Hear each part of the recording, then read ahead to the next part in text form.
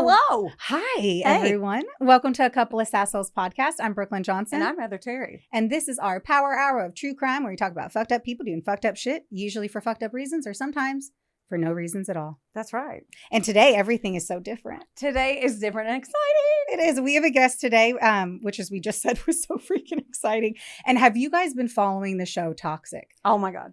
Because that is where it is at. So it's on Hulu, Amazon, HBO Max, and Investigation Discovery, which is literally the birth blood of any true crime fanatic. Right. We know that. If you haven't seen it, you need to put us on hold, put a little press pause, and go up in there and stream it right now. Go watch it. Please do. Yes. And this actually, the episode premiered May 5th of this year. So it was like 2 shakes of a lamb's tail ago.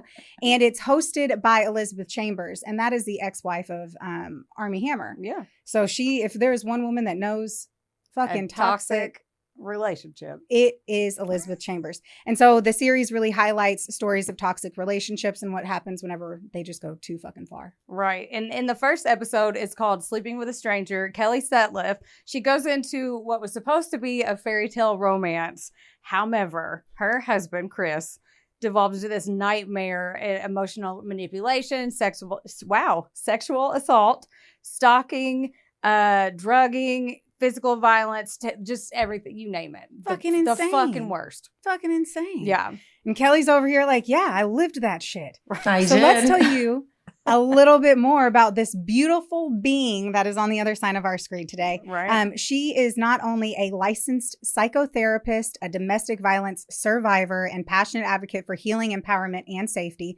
And she's bravely shared her story on the premiere episode that we have just talked about, which is Sleeping with a Stranger, and it has really brought national attention to the realities that survivors face. Right. We want to act like after everything happens, that things are resolved, and sometimes they just aren't.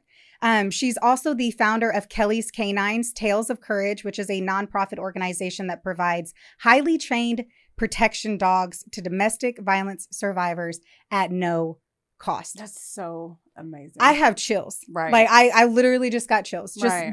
It's unbelievable. Mm-hmm. And obviously it was inspired by the life-changing bond that was formed. Now I say obviously, this is not obviously, but inspired by the life-changing bond she formed with her own protection dog, Stella. And it's been Kelly's mission to help other survivors reclaim their lives with loyalty, love, and a new sense of safety.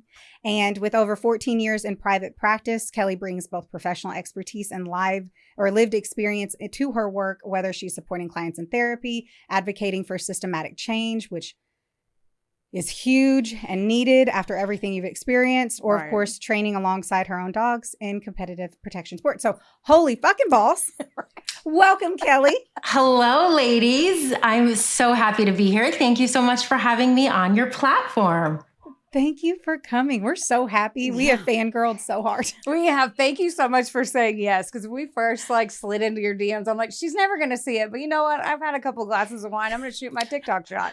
So I just sent, and I was like sitting there literally, it's like 1 a.m. I got tears in my eyes. I'm like, she's such a badass. She's so strong and she's smart and pretty and she loves dogs. I'm just going to do it. I'm like, she's just going to leave me on red like a dirty ex-boyfriend. And then she was like, I'd love to. I'm like, when you told me, I was like, right? Yeah. I know. I feel like I should have said the Pledge of Allegiance or something across, did this whenever she was reading your bio. Just stand up to the flag. I'd be like, the flag of Kelly. No, when I got it, I went and I watched some of your podcasts and I was like, these are my type of chicks.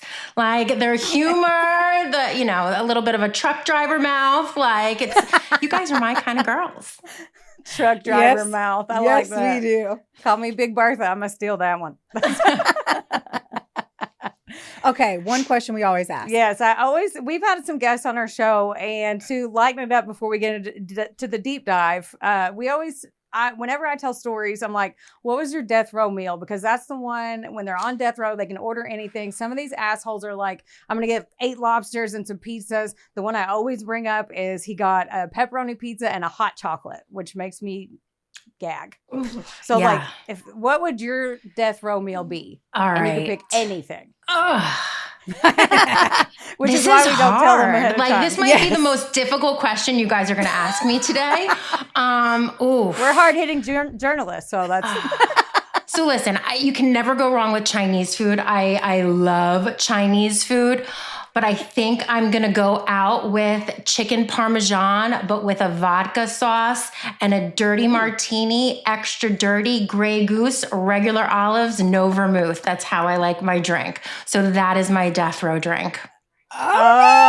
Jess is over there like, our producer's going like this. That's where it's at. I'm like, yes. I just feel like I got to know you more now. I know. I have a follow-up question to that. So when Brooklyn and I, if we ever go out and get a cocktail, whenever she orders them, because she likes hers extra dirty too. Do you order it like you're on OnlyFans? Because I blush whenever she'll be like, I want an extra dirty, and she doesn't even mean to make it sexual, but it sounds sexual. She acts like every time I order it, I'm like, can I get a martini, please? Extra dirty. She does. Yes. I do not do that. So I don't anymore because I'm in a relationship. But when I was single, and if the bartender was cute, I'd be like, and I want it really filthy, like really filthy. And so I would do that. Yes. I don't anymore because my boyfriend is there. So I'm clearly not hitting on any bartenders. And even if he's not there, I'm clearly not hitting on any bartenders. But yeah, I used to really say it like I was an OnlyFans model and I wanted him to subscribe. I love that. See, there you go. I don't drink them. She says I don't, and you gotta own it. They gotta be extra dirty though, and depending on my mood, filthy is an actual way to order it. It is. It means you want extra of that juice, man. You gotta say it. You do, or you're wasted off of one. Okay, now that we all want martinis, let's get into this because we're probably gonna need one after this. We're gonna get into your story. So tell us where you were back in early 2018 before you met Chris. Like, what were you doing? What was your headspace? Like, what was happening in Kelly's world? So in early 2018, I honestly don't think I was in the best headspace. I think I was in a little bit of a vulnerable situation. I had worked full time as a crisis counselor in high school, and I had just left that job. And to be completely honest with you guys, I left under, really terrible circumstance. Very, very, very long story short, where I was working, they violated the rights of one of my students, and then they got me involved, and they wanted me to do some things that I was very much against. So I kind of spoke up about it, and I said, what you guys are doing is wrong. This is a violation of this student's rights. And then they came back on me and basically wanted to, accuse me and charge me with being insubordinate. So they wanted to hold my increment for the following year. So I went out on leave. I used all of my sick days. And then at the end of the year, I put in my resignation. Then I ended up suing them for wrongful termination. It didn't go anywhere, but that just gives you an idea of where my headspace was. I was in a really big transitional period. Thank God I had my private practice part-time that I was able to then go into full-time. But I was in a really rough spot emotionally, along with, my career changing. I had just lost my father in March of 2017. And I lost my mom in August of 2013. And, I have a very, very small family. So, losing them was really traumatic for me, especially when I lost my mom. She was my best friend. So then losing my dad only 4 years after my mom, now, I lost my job in essence, even though I resigned, I lost my job. So 2018 was really like a year of, just being in a rough spot. And I met Chris in August of 2018. I had come back from a trip. I did Yacht Week. I don't know if you've ever heard of it. Yacht Week in Croatia with my best friend, Christina. And I came back and I must have picked up some sort of virus over there or something. So I also really wasn't feeling my best. I came back. I was on Bumble swiping, and I came across Chris, and I swiped right and we matched and we started talking, and we were talking for, about 2 weeks before we met up in person. And, I remember telling him like, hey, I haven't really been feeling well, so I don't know how long I can stay out for or whatnot. And, Chris kept saying like, it doesn't matter that you're not at your best. Like, I really want to meet you. And, if I like you when you're feeling like this, I can only imagine what you're going to be like at your best. So he was really just kind of setting the stage and really love bombing straight from the beginning. So that's a little bit about where my headspace was at when I first met Chris. Man, I love, number one, I'm so sorry for the loss of your parents. Right. You're so young, and I am so sure that none of that was expected. And you didn't have the time to even process it. Right. And so my biggest condolences. Yeah. I'm so sorry for your loss of your parents and having to cope with all of that by yourself. And thank you for explaining where you were in your journey. Yeah. Before meeting him on Bumble, what was like the dating scene like for you? Like, were you actively dating? Were you like, I'm ready for a partner? Or were you just like, I'm going to get on a dating app and see what happens? Right. So I had been doing the online dating thing for a while, and actively dating. But as I'm sure it is everywhere else, New Jersey, it's tough to date. I think it's tough dating everywhere, and friends would really describe me as if I was in a room full of men, Kelly would, without a doubt, pick out the asshole, end up dating him, and then get her heart broken. So that was like the MO with me. Like, I had this history of just dating, the jerks. So, my dating history, it really wasn't that great. And I hadn't been in a relationship, I think, a serious relationship. My ex-boyfriend, we broke up right before my mom died. And since then, I had not really been in any kind of serious relationship, dated here and there, but nothing really, really serious. So I was looking. I wouldn't say I was desperate, because I've never really been desperate to be with someone. I've always been very independent, okay on my own, but I wanted to share my life with someone. So I certainly was looking for someone long-term. Right. Absolutely. I mean, I feel like there are always like stages in your life where you're like, I'm just in the have fun phase. I don't want any of that. And then there's other times where you're like, all right, I've worked really hard to like get this house, get this career, get my shit together. I'm happy. Like, I'm of course dealing with my own things that are going on in my life, but like in the overall, like it would be pretty cool to spend some time with somebody. I'd like to find someone hot to hang out with. Right. And I think that's where I was. I think that's where my headspace, was. It was hard for me to date with both my parents, because I was really kind of both their primary caretaker, going with them to, doctor's appointments. They both had died from cancer. So, I spent a good year with each of them, really, really being their primary caretaker. So there really wasn't that much time for me to devote to somebody else during that time. So I think in 2018 was where I was really kind of like, okay, I'm ready. I'm ready to be able to devote the time that I have now into a relationship and in being with somebody else. Yeah. So that's so true too, because some people would just jump into it anyway, and you could burn bridges that you might want to cross later that you already burned them down because you tried to date them when you didn't have time. So the fact that you were so selfless to put your family first, and you were smart enough to know that is amazing. But when you were doing that, is it swiping? I've been married for all like of them 13. are swiping. They're all swiping. They're all swiping. I've been married a while now. Okay. This shit that. I'm literally looking at Jess through the window over here, like Heather over here being like, "Are they all swiping? Are they all swiping?" Oh, I did. Whenever she was single, she took my phone when I was single, and she worked every dating app on my phone. I would swipe, and she would get mad because. So I'm like, at the end of the day, because you like guys I don't like, and she would swipe right to these dudes, and I'm like, I don't want to talk to them. I know. Well, one time when you first handed it to me, I'd had a couple drinks and I swiped the wrong way, and they matched. And she's like, "What are you doing?" I was like, "I don't know." Which she was way swiping right for left.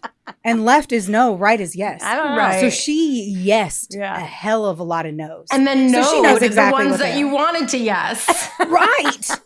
I was trying to be a good friend, but apparently I was a shitty one. You But failed. so when you were swiping, what drew you to Chris originally when you were going through that? Because I mean, I'm sure, especially And also just meeting him. Sorry for interrupting, but Yeah. also like, what did you like whenever you met him and you were dating him? like, what were you like? Okay, I should give this guy a shot. So let's be honest. When you're swiping, like the first thing that's attracting you to someone is how they look. And honestly, knowing Chris now, it makes me sick to actually say I found him good looking. But clearly, you know, at that time, I was attracted to him.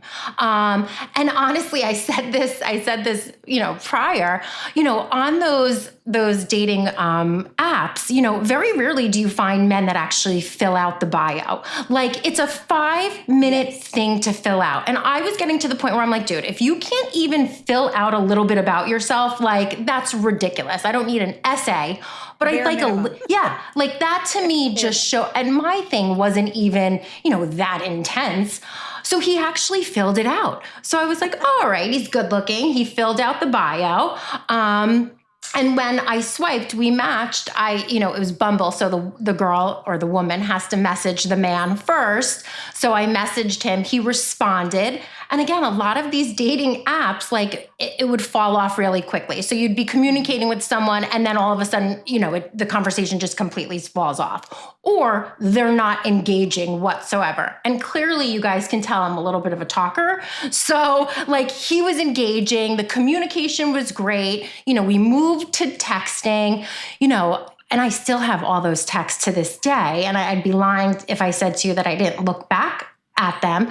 And looking back at them now, like I really see the love bombing, like very quickly calling me baby or babes, you know, the good morning, the good night text, you know, constantly checking in to see how I was feeling and whatnot. And so I think, you know, he sucked me in. Yeah. What when you were going through all that, because obviously you're really close with Christina and you have like a tight knit group, like that's, you know, obviously Brooklyn's my best friend, which is another element laying on top of your story that drew me in, because I was like, her best friend's so invested in this. What did she think? What did your friends and family think? Like what vibe? Because did you keep it close to your chest and then start saying, I'm seeing this guy? Or how quick were you to divulge it? And how did everybody like respond to you about that? So when Chris and I first started talking, one of my girlfriends was staying with me, Lindsay. And so Lindsay was, you know, there as he and I are communicating through the app and then text messaging. And both her and Christina, like, you know, they thought he seemed really great. You know, they wanted their best friend to be happy. They wanted me to find someone as much as they maybe wanted to find someone for themselves. So, you know, I have to be honest, everyone really thought Chris was great. And I can even remember, and I said this in the TV show, when I first brought Chris, you know, around to people and when we were really first starting, you know, to get serious and dating, I remember saying to quite a few of my friends, like, I think he's too nice. And they said to me, like, Kelly, like, you're used to dating assholes. Like, this is what a guy should be. And I'm like, oh my God, yeah, you're right. Like, clearly, like, this is the nice guy. I typically don't give the nice guy a shot. So I think everybody saw him as being super charming, super nice. Yeah. That I was wondering that too, and because I mean, if he fooled you, he's gonna fool everybody. And like you had mentioned, that your past is like you said, you picked assholes, so that's probably night and day. And you're like, what's happening? And they're like, no, he's being charming. This is how you're supposed to be treated. So, right, that's hard too, because like whenever you had said that your friends liked him, I was like, good, you know, it's good that they were like so supportive in the jump. And at the end of the day, in the intro phases, the only negative thing he did was the love bomb. Like in the very right. So he just came on hard and fast. And right. That's technically, a lot of people can be like, they just, you know, he fell hard for her. Like there's so many scenarios in this story that we could talk about it where it would be like, that was a really beautiful romantic storyline. Right. And unfortunately in this one isn't. Right. And so I kind of have like a two-part question on this one. So you met him, and let me know if I'm wrong on any of the dates because I am not you. But you met him around August of 2018. He proposed in December of the same year. And then y'all had tied the knot and you were living together by January of the next year, right? Yeah, so he actually moved in even before then. So you're right. We met in August of 2018. He moved in early November of 2018. We got engaged December of 2019.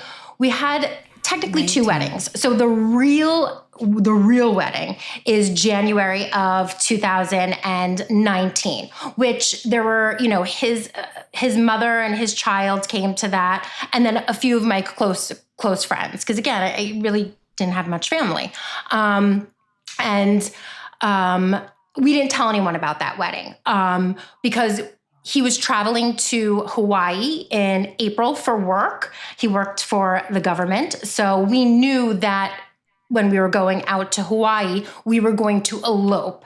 And that's when we wanted to announce the wedding and that really kind of be the wedding date. But in reality, January is actually on paper the real wedding date. When he had proposed, were you originally like fully gung-ho excited, or did you have any trepidation for the speed in which everything kind of happened?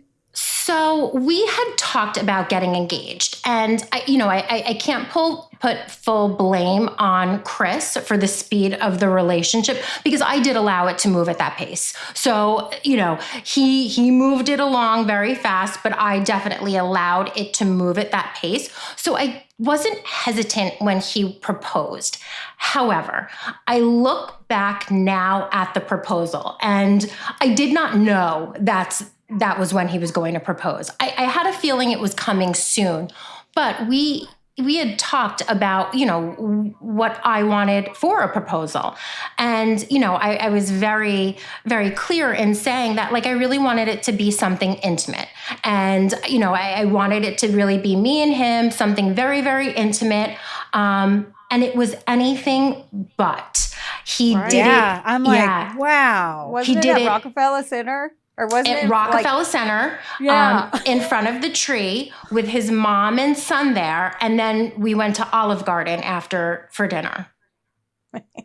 So I did not realize you wanted something intimate. Like my face changed and I was like, watch your fucking face, Brooklyn. You do this shit sometimes.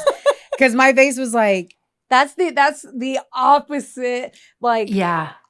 And you're like, I want something cute, me and you. No, I'm going to take you to the busiest place in the United States for Christmas and do it right there. Right. I mean, in your defense, at least you had a cute outfit on. Yeah, and at the time, I'm thinking like, okay, don't be a bitch and like complain about this. He just gave you a gorgeous ring. Like he just proposed. You want to marry this man. Maybe communication got lost somewhere. I'm not sure how that could happen about what I wanted and what I didn't want. So I never really said anything like, hey, like, not a fan at how you did this. But looking back on it now, I 100% think Chris was really kind of testing me. And that was one of the ways very, passive aggressively, he was pushing my boundaries, doing something he knew I did not want him to do. Wow. That's, oof. That's fucked up. Yeah. But you had said too, so you were like, it wasn't just Chris who sped the relationship along. When I was single, Heather would constantly get annoyed with me. She'd be like, you go too fast with guys. Like you jump so far in the relationship. And my statement was always, I'm just running at the same speed as them.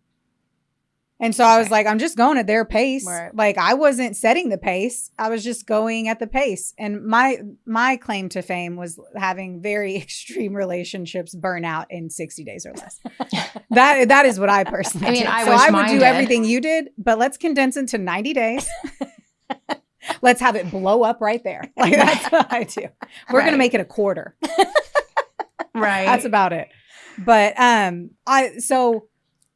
on that same part, like, and Christina and, just your closer friends, like, how did they feel about the pace? Were they supportive? Because I wondered that too. I was like, I feel like my I don't know if my friends and people close to me would be as supportive, because I feel like they would just be like really raw. And because I don't want it to come off in a certain way, because like we went through, like, you do get to this point where you are ready to be in a relationship and your heart is open. It's not that it's on your sleeve. It's just you have an open heart and you're ready for someone to grab it and take it away. Right. Right. And your friends and family and those closest to you know that. And so in some cases, they're going to be really protective of it, protective bear. And then in other cases, some people are going to be really butterfly and rainbows and be like, everything's perfect with whoever it was you were with. You know what I mean? So like, how did your friends and family go? So no one said anything to me that they thought it was moving too fast. If anything, again, like, people were really enamored by Chris. They thought, Kelly hit the jackpot. And again, I think my friends knew that, like, I had a really tough life, especially with my parents being sick and everything. And they really wanted, something good to happen for Kelly finally, because the past few years have been really a lot of traumatic stuff. So no one said anything to me. And I actually didn't know until everything happened with Chris that, Christina wanted to be at the engagement, and Chris told her, it was just family. So I didn't even know that until everything, blew up with Chris. I think, my sister, I have a sister, a younger sister. Her and I always had a very, very tumultuous relationship. So at the time I met Chris, I actually wasn't even on speaking terms with her. Her and I reconnected after Chris and I got engaged. And Chris was really hesitant about my sister and I reconnecting, rightfully so. My sister's tough. Her and I've had a very, very toxic relationship. So he really played it off as, I'm just concerned for you because, your sister and you have not had a good relationship. I don't want to see you guys reconnect and then this just go to shit like it typically does. But, I explained to him, no, I would like to try with my sister. And I think looking back now, I honestly think he was not concerned for me. He was more concerned for himself, because if there's anyone that may have seen through his bullshit, it likely would have been my sister, who is kind of like negative Nancy. So I think that's why he did not want us to reconnect. And the reason I bring that up is because before my sister and I really reconnected, she found out that I was engaged, and she must have heard about the speed of the relationship. And she said to a friend of mine, do you think this is too fast? Like, do you think something isn't right about this? And that friend said to her, no, he's really great. Like, don't worry about it. So if there was anyone that may have thought that it was too fast, it would have been my sister. However, when my sister and I reconnected and she eventually met Chris, I have to say, I think, I know he won her over too. Oh, wow. I mean, when you're a good charmer, you got it. And you know exactly who you're supposed to go after and lay it on thicker with those people. So exactly. Absolutely. Okay. Cut to, I saw this on the show. I know that he had a temper tantrum at your wedding dinner when Christina made the joke at your wedding dinner. Now, during my matron of honor speech at her wedding, I made a joke to her now husband. She got married last year. And I said, you're the only best friend she's ever allowed to have, in front of everyone. He laughed, gave me a hug, blah, blah, blah. You ended it with, I'm going to be here always, or you're going to have to get a restraining order. Something like that, where the end of it was a hilarious restraining order comment. Yeah, like I said, yeah. So it was like... And it was funny and great. Yeah, and like he laughed, and I said, I'm here for the 30% of her you can't handle, blah, blah, blah. Like, fun jokes, best friend, protective, all that stuff. He laughed, we hugged, everybody laughed. But Chris had a different reaction when Christina made a joke at your wedding dinner. So can you tell us a little bit about that? Because I want to hear it. Yeah. Oh my gosh. So Oh God, I forget what year it was, but Christina and I did this stupid thing. She was engaged in her past. I was engaged years ago. We both had, we both broke up with these guys before the weddings, but we both had these dresses. So it was New Year's Eve. We had clearly had a couple of drinks and we're both like, oh my God, let's just get in our wedding dresses and have this like fake ceremony, take some pictures. Like it was like some silly little thing. So that's exactly what we did. And like my other friend that was there, like pretended to be like, the marrying us. And so it was just ridiculous. Right. But we always had this inside joke that was like, well, I married her first or I married you. And, so at the wedding, Christina just says, and it was in front of people, but again, this is funny. Like, there's nothing wrong with it. She just said, well, Chris, like, don't forget, I married her first. And this was the first time that I saw Chris like really get angry and throw a temper tantrum. And he didn't necessarily throw it there. He stormed away. Like he didn't get verbally assertive or aggressive or anything like that, but he definitely stormed away. He was angry, didn't finish his meal. You could tell he wasn't happy. That's for sure. And her and I are kind of just looking at each other and I'm like, this is ridiculous. The entire car ride home, he was just going off about how he can't believe she said that. And I have to tell you, like, I did not back down. I was saying to him, you are wrong. So if you think I'm going to take your side on this, you are mistaken. Like, it was a joke and you were being ridiculously dramatic. And I think it got to a point where he realized, okay, like, Kelly's not taking my side. I need to let this go. Because I really think this was the start of him trying to intervene in my relationship with my friends. Because that night, he also found fault with something my friend Lindsay said that was, not bad at all. But I really think that was the start. And how funny, right when we got married, where he was trying to intervene in my friendships and really start to try to isolate me. It's mind-blowing that it was like 16 breaths of air after you said I do. Yeah. Like Literally. Usually you sprinkle, like what I've been doing. I've been married for a year now. So I've been sprinkling my crazy softly. Right. Over the last. He just full force. It was like, oh God. And then the fact, like I love the fact that from everything that we've learned today and that I've seen, you don't back down from anyone or anything. No. Even like you were telling where your headspace was, like the thing about your old job, like you were like, no, I'm not doing that. Like, I just think that's so awesome that you were like, no, you're being dumb. That's my best friend. She made a joke. Why are you making it weird? Yeah. Like, why are you making it weird? There's a gnat chasing me. Me so too. I need to just make it clear that every time I'm not seeing hallucinations. I'm like. Wait, do you want to know the weird thing about that? I don't know if you guys believe in signs. Yes. Okay. So Always. I used to blog about my parents. I'm not even kidding you. There's a blog about a gnat. It's my mother. I'm about to cry, Dom. Yeah, I'm going to send you guys. I'm going to send you. It's a gnat, not even a fly. I think the blog's name, but it all started and ended with a gnat. I'll send you the blog because it's about my mother coming to me as this gnat. And when you read it, you're going to die because you're going to be like, oh my God, I can't believe that you just said that. I'm going to send you the blog. It's my mom. So she says hi. Oh my God. Your mom says hi. Being here. Mm-hmm. I'm like, we record here every Thursday and we have never had a gnat here. I'm We've telling never you, had it's a my flying mother. creature. It's my mother. Well, your mom. Well, then I'm not going to swipe anymore. I'm just going to let her land directly on my nose. Yeah. Like she is trying to do. I know. I was like, okay, don't look. And I was like going like this. I've got to communicate because at one point I was like, I got to tell them what's happening. I can't wait to send you the blog post now. Oh my gosh. Yes. I love that your mom's here. Yeah.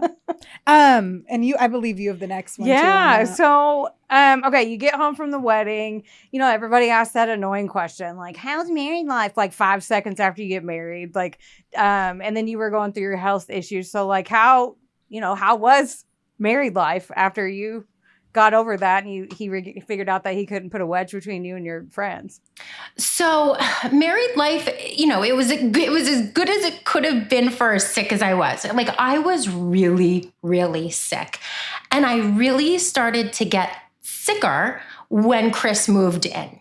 When I came back from Croatia, like I had this little virus, but then it really escalated into something totally different. I was getting these hives all over my body and daily. And then the hives would turn into these welts, and then the welts would leave bruises. So my entire body was like one big bruise. I was having chronic headaches, major stomach issues. I was fatigued all the time. I mean, to be honest with you, I spent the majority of my relationship with Chris in bed because I could not get out of bed. That's how tired I was. I was in and out of doctors, hospitals. At one point, my one leg literally gave out and stopped working. And, I was rushed to the hospital because they thought I had a blood clot. I woke up one morning and my entire right arm was the size of a balloon. It was swollen. And the doctors just could not figure out what was going on with me. At one point, I was actually diagnosed. They did a biopsy on one of my hives, and I was diagnosed with a very rare autoimmune disease, urticarial vasculitis, that my doctor could not even believe that I had it. It's that incredibly rare. But they were saying, the doctors, in October of 2019, I had luckily got an appointment with one of the top rheumatologists in the country. And this doctor, he didn't even really take insurance. And this was the only doctor's appointment Chris went to with me. When I got my biopsy, he didn't go. He went to one of my hospital visits, but he didn't go to any other doctor's appointments. He went to this one and he recorded the doctor's appointment. Now, when he recorded it, I remember saying, why are you doing that? That's weird. But again, here's where he kind of used the death of my parents and their sickness against me. He's like, well, from when your parents were sick, doctors say so much, you can't catch everything they say, and you want to know what, and I'm like, yeah, you're right, good point. But now I think he recorded it because he wanted to be able to listen back to see what this doctor was going to say. And this doctor was so thorough, and he was adamant that, he was going to figure out, no matter what it took, to figure out what was going on with me. And he basically said, the doctor, I can get stuff done that other doctors can't get done. And that was true. So for example, they wanted to do an MRI on my muscles. And that's not typically something insurance will pay for, an MRI on your muscles. Well, this doctor just had to make a few phone calls and I got an MRI on all my muscles. So amazingly, after that doctor's appointment, I started to get magically better. And I actually canceled the doctor's appointment I had with him in November. So the marriage started off it was a lot of me being sick, Chris taking care of me, getting me, the food that I wanted to eat, getting me the water. That's something Chris always did, was he made my water. And obviously, you guys saw the show, that is what we suspect Chris was drugging. He was putting stuff in my water to make me incredibly sick. And I think that at that doctor's appointment, Chris realized, shit, this doctor's going to find out what's going on with her. And clearly whatever Chris was giving me, it's not supposed to be in my system. So when the doctor says, you have this in your system, are you taking this? And I'm like, absolutely not. The only other person that could be giving it to me would be the man that lives with me, my husband. So I think at that doctor's appointment, I remember when I was getting blood work done at that appointment, Chris was sweating. And I was like, what's going on with you? He's like, I don't like doctors and hospitals. And I was like, dude, you were just in the hospital a month and a half ago getting this cyst thing removed. And you were fine. I was the one that was panicking. So, the marriage was good. We really didn't fight, but I was also really sick. Right. And you probably had like a shit ton of doctor's appointments, and then he just happens to go when you get to the top notch, like doctor. And then, like my first thought originally was that he was jealous. Like my first thought, even though I knew he like I say I know that. I don't know shit about fuck. But I believe from everything I've seen, he was poisoning you. And it's like, I didn't even, I was like, oh, he's just upset because she's going to go. And even though I knew that, I was still thinking, oh, he was just jealous. He didn't want her to go to that doctor, like a male doctor. And that's just my dumb thought, was like a jealousy factor into it. Not even that he was like, I need to see how good this doctor is. Yeah. Well, why didn't you care how good the other doctors were? Like, that's insane. That's nutso. Wonderboy Media is not only the proud producer of this glorious magic imploring your ear holes right now, but they're also a big deal. Get in touch with them today to make all of your dreams a freaking reality. From using their bangin' ass podcast studio, where we are right now, to creating amazing videos and editing our content like the mystical mavericks they are. Your podcast can go further when you have a Wonder Boy. Hit up Drew today at WBOYmedia.com. Or text him day or night at 270. Just kidding. Does your face look like a mugshot lately? Then it is officially time for you to visit Hetef Aesthetics in Owensboro, Kentucky or Nashville, Tennessee. That's right. Go see our girl Amber Teasley and her team, because they'll have your face and your skin look like a damn filter. And their staff is absolutely amazing. It's like a mini Botox party, which personally is my favorite. You leave looking fresher and you don't have a hangover. Another good thing is that if you go in there and you tell them that a couple of sassholes sent you, you get 15% off of everything. That's unbelievable. So if you have been considering getting that glow up and making that ex jealous, it's time. So for people who did not watch Toxic, we believe Chris was drugging me in order to sexually assault me when I was, drugged and sleeping. After that night happened where Chris attacked me and tried to kill me, I got my hands on his phone while he was in the hospital, and I found hundreds of pictures of me just sleeping that I have zero recollection of him taking. And they're creepy. Like, he's posed me and he's taking pictures of himself in these pictures as well. So they're not just of me sleeping. Like, he's taking like a selfie with me. There are also videos of him, masturbating to me when I'm like completely unconscious.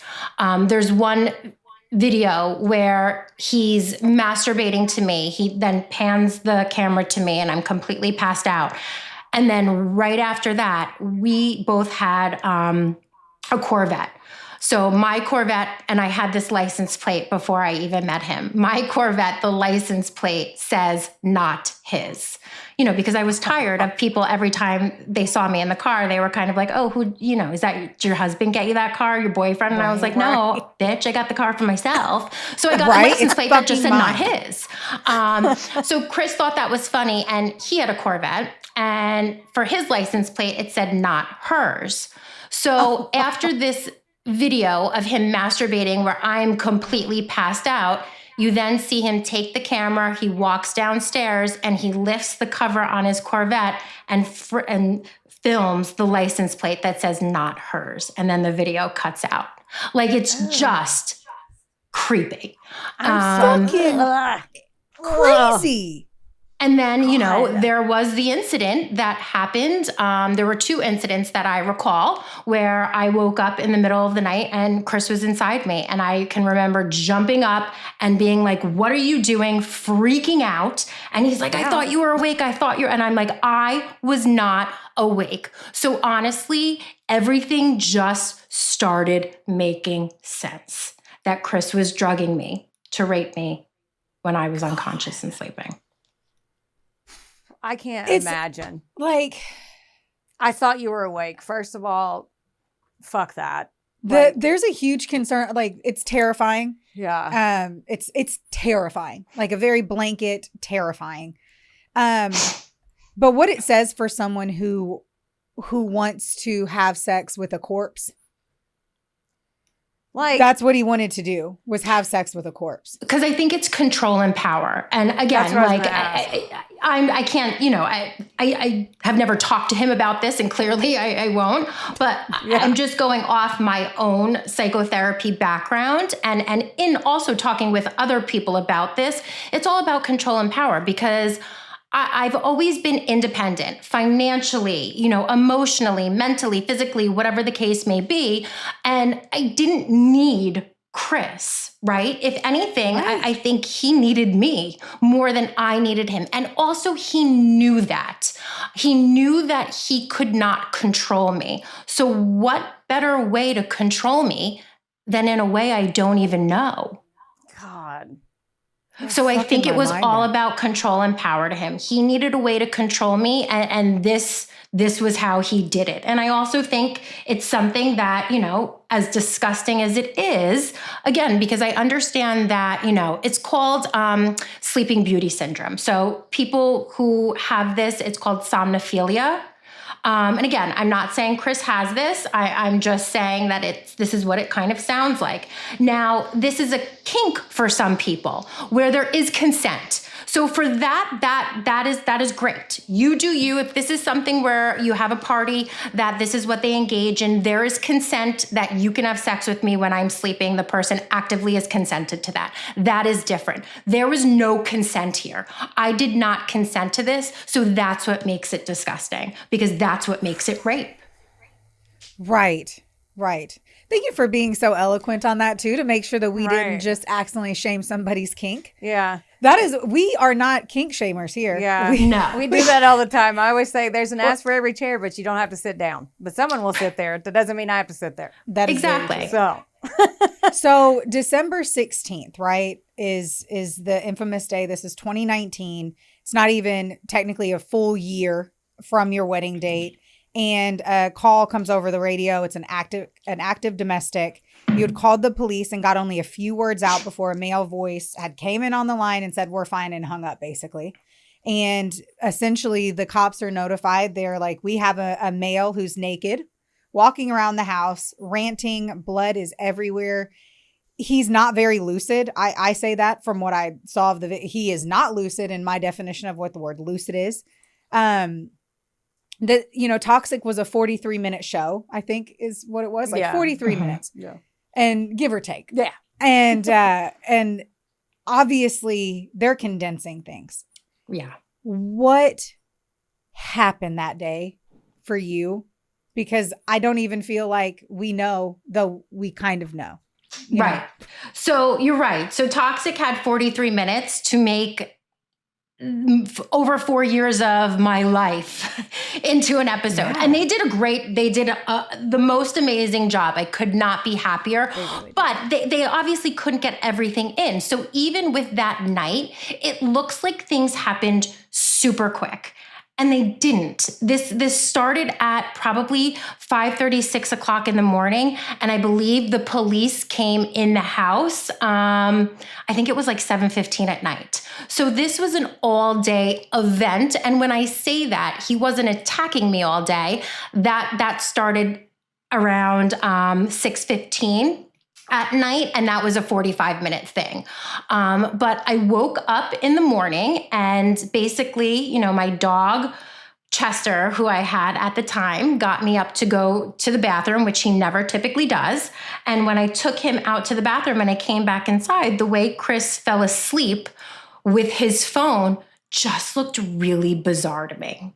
Like really bizarre. And I can remember my gut just kept saying look in his phone. Look in his phone. And it was just this voice that would not go away. And I'd only looked in his phone once before, and that was to find something he took a picture of that he wanted. So it wasn't common practice of me going through the man's phone. So when Chris slept, he was out, there was no waking the man up, nothing. So I went over to him. I took the phone out of his hands.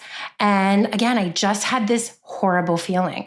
So I took his phone, my phone, went into my bathroom, locked the door, and I opened up his phone. And that's where I found all of these horrific, explicit, sexual, demeaning messages with this woman from the night before. And I took pictures of all of them because I knew that it would disappear. So I sat there on my bathroom floor taking pictures with my phone of this entire conversation. And I can remember in that moment thinking to myself, like, I don't know who I married. And that thought was so prominent to me. And I'd watched enough true crime to know, like, oh shit, like, I don't know who I married. And because I'm thinking, like, my husband would never do this. Like, the man who claims to worship the ground I walk on would have never done something like this. So with that thought in my mind, I say to myself, oh my God, like, I have to change the codes to my safe, because I had my gun in my safe. So I went into my closet. I changed the codes to both my safes because I had my gun, my jewelry, some cash. And then I say to myself, all right, like, I've got to wake him up. And I knew that it wasn't easy to wake Chris up. So, and again, I'm upset. So obviously. Bare minimum, you're upset. I'd be like, I am raging. Yeah. And I wasn't raging. I remained really calm. So I printed out all of these messages because I'm like, I'm going to wake him up and I'm going to start reading them. And then when that asshole gets up, I'm going to hand him his little copy so he can read along with me. And then I get myself like a small bowl, and I filled it with really cold water. And I just walk upstairs and I just dump the water over his face. And then he of course jumps up because that fucking woke him up. And I just start reading the messages. And it starts with, so you want to lick cum off her stomach?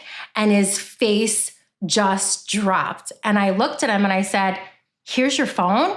And I've printed them out. So you can delete these messages, but I've got them all here. And I've printed out you a copy so we can read along together. So you are not saying that I'm making up anything that's in here.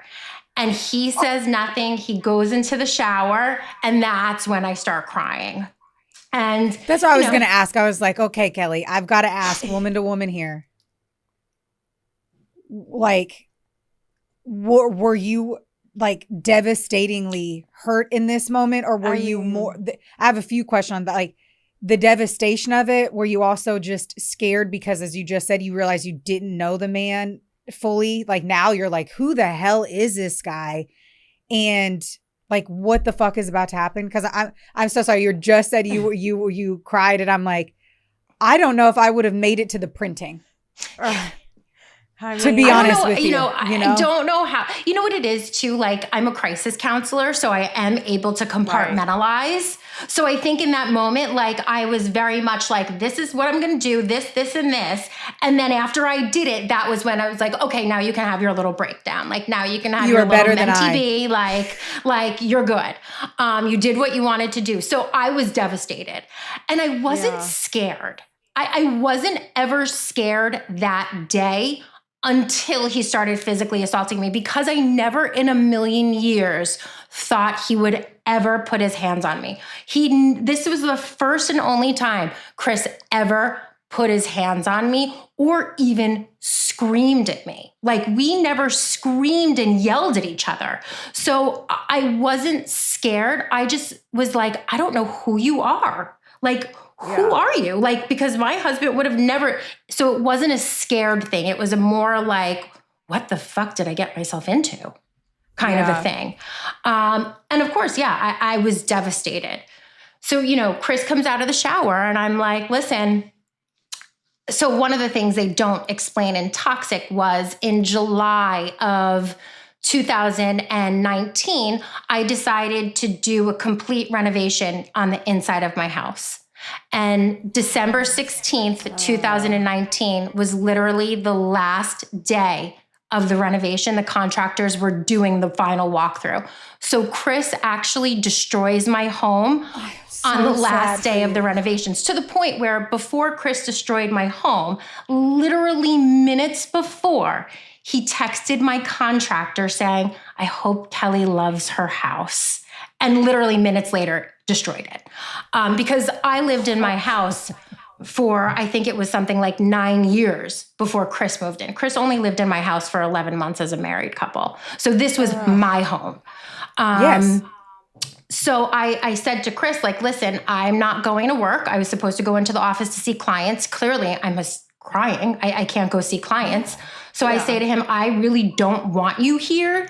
But there's all these contractors coming to the house and I can't deal with them. So he ended up not leaving the house that day and staying. And I said, fine, if you are staying, like, just leave me alone. I'm staying up in the bedroom all day and don't bother me. And of course, that's not what happened. Chris kept coming into the bedroom, really, kind of basically saying to me like a lot of, are you leaving me? Are you leaving me? And I'm, crying and saying, how could you do this to me? And he's really not giving me answers, but he was very, very concerned with whether or not I was going to leave him. And, the beginning of the day, like, I didn't know what I wanted to do. Like, I needed to kind of process what I just found. And at one point, I kept saying to Chris, like, I have no one I can talk to about this because anyone I tell is going to hate you. And I don't know right now if I am going to stay with you or this marriage is over. And if I choose to stay with you, whoever knows about this is going to hate you. So like, forever. I have no one to tell. Forever. And after thinking about that, I'm the type of person, like, I have to talk about stuff. So I decided to call Christina without Chris knowing.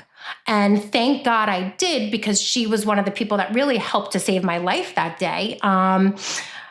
Chris did not know that Christina and I had been talking. And, one of the funny things is, Christina and I texted her like all of the messages, and there's about 30 text messages going back with me and Christina from that morning where she's like, this is bad. And I'm like, this is bad. And she's like, yeah, Kel, this is real fucking bad. And I'm like, this is bad. This is bad. Like, we're just going, and that's all we're saying. Like, this is bad. This is bad. This is, but, thank God I told her what was going on, because at one point Chris barged into, the master bedroom and he was like, hit me.